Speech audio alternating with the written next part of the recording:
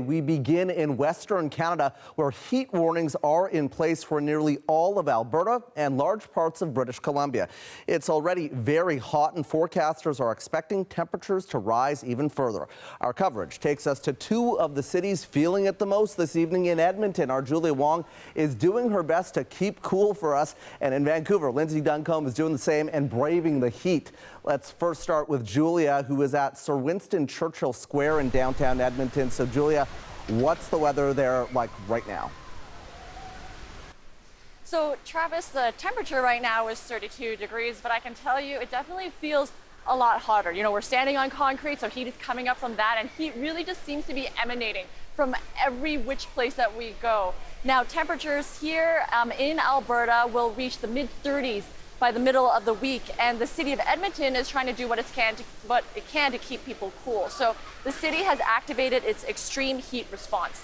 That means that peace officers are going around with water bottles, handing them out to people who need them. The city has told people that they can go to facilities like recreation centers, schools, libraries, because those are places where they can get a break from the intense heat that we're feeling.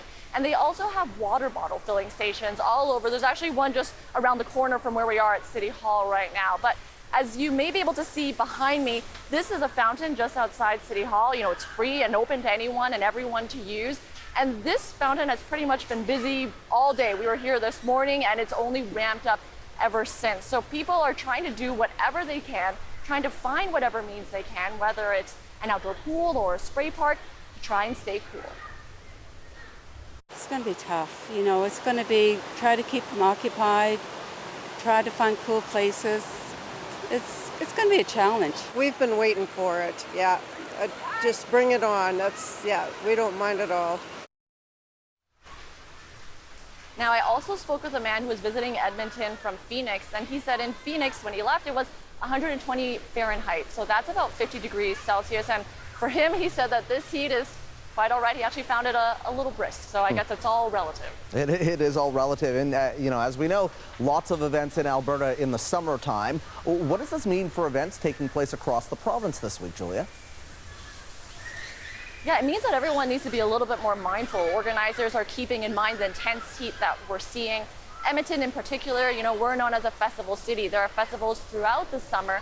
And right down the square from where we are is actually one festival, the Street Performers Festival.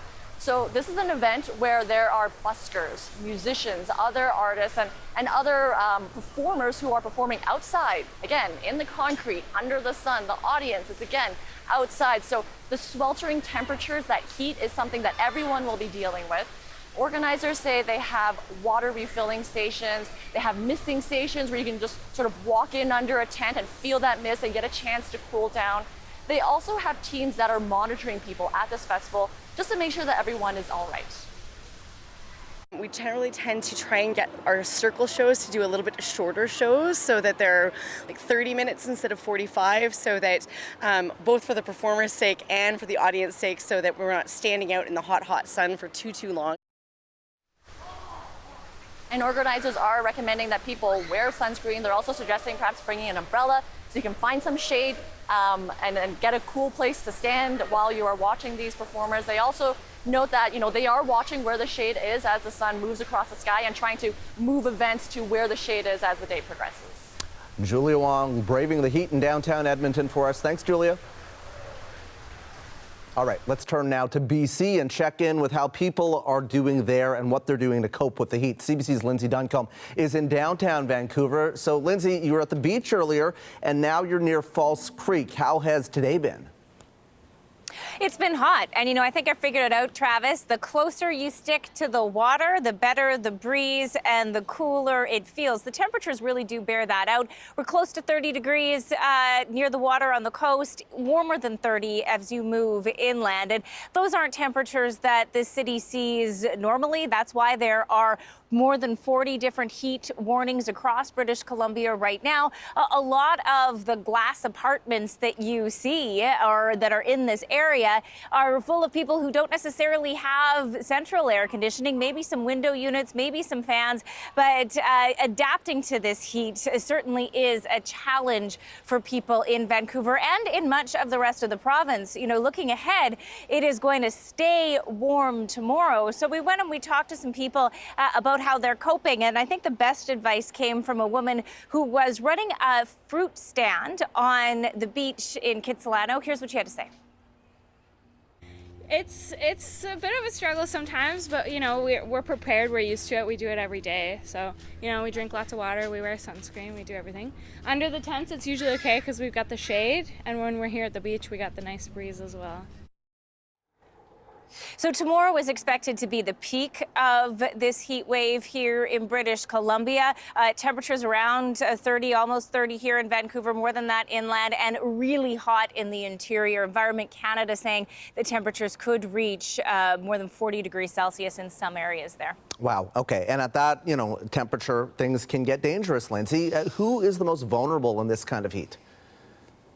People who are elderly are certainly susceptible to heat exhaustion or heat stroke. That is why people are saying check on the older people in your life. People who are living on the streets, who are unhoused, they're certainly vulnerable. We know that right now there are crews, outreach crews going out, giving water, giving sunscreen, informing about the cooling centers that have been set up here in the city, because this is the first time this year that we've had a heat wave. And speaking earlier today, Environment Canada officials said people might not be prepared for this. It's been kind of a soggy and chilly spring leading into this heat wave, and heat exhaustion and getting sick is a real risk. Here's how the doctors explain it. It's basically the very young and the very old, but they're susceptible for different reasons. The very old tend to have underlying health problems, which obviously puts them at higher risk, but they're also, as we get older, we tend to lose our thirst reflex, so you're more likely to become dehydrated because you don't have that instinct to keep drinking water. Kids, on the other hand, even though they don't have any of these problems, they're the ones who are most likely to be outside playing for extended periods of time. You know, I really think there is an increased awareness, Travis, about just how dangerous heat can be. It was 3 years ago that more than 600 people died as a result of the heat dome that hit this part of the province. These conditions are not as severe as that, and people certainly since then have become more aware of the dangers and are more likely to perhaps seek out some air conditioning somewhere to check on someone who is vulnerable.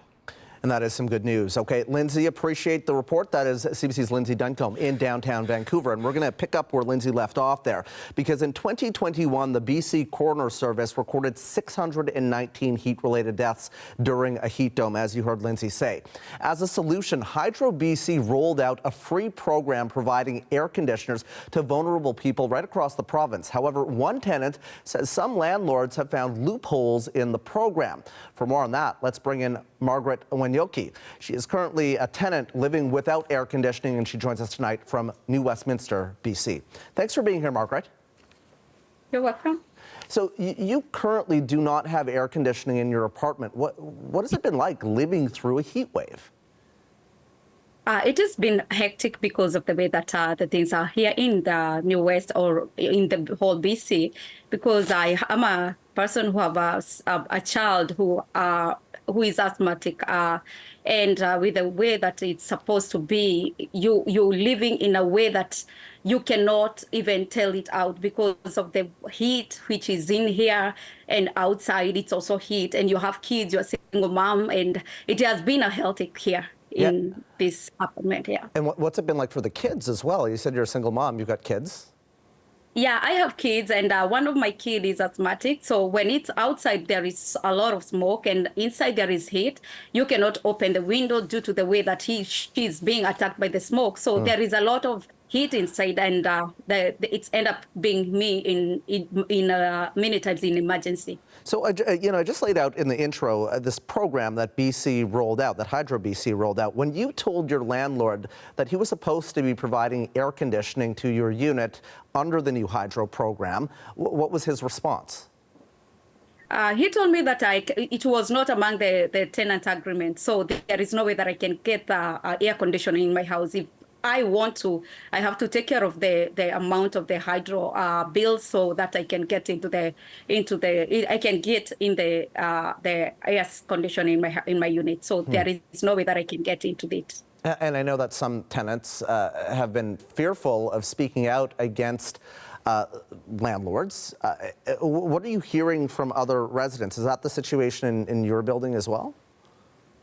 Yeah, I'm a person that talked with a lot of communities, and I'm an advocate of all my community. But the thing is, if you talk to some of the community, they feel like even some of the tenants into my building, they say they don't want to talk about this because they're gonna be thrown out of the apartment, which will be now cost more a lot. Because if you're paying 2,500, you cannot get a house in the same amount when you get thrown out. So you have to get to keep quiet of that. Sure, and yeah, there's a housing crisis, especially in British Columbia, as we know right now. Yeah. So that is understandable. What compels you to speak out?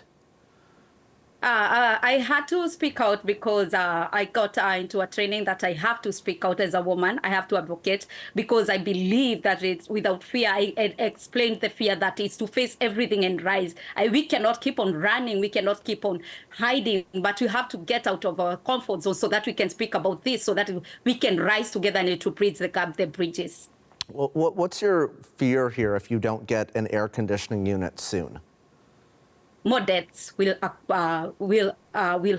to get more deaths. Let me say that, because with the way that I'm working with the seniors in my apartment, but I fear so much because the last time I had to look upon the seniors, and one of the senior died, and he took like 3 days to be identified that he was dead. And with the smell which was coming from the apartment, that bring me like there is something should be done. Wow. In that, because a lot of things I fear a lot. I fear to be rushing into the emergency, which will be having a lot of fear in so many mothers and also in so many families losing their loved ones. Okay, well, Margaret, we hope that you keep cool and you keep safe during this heat wave.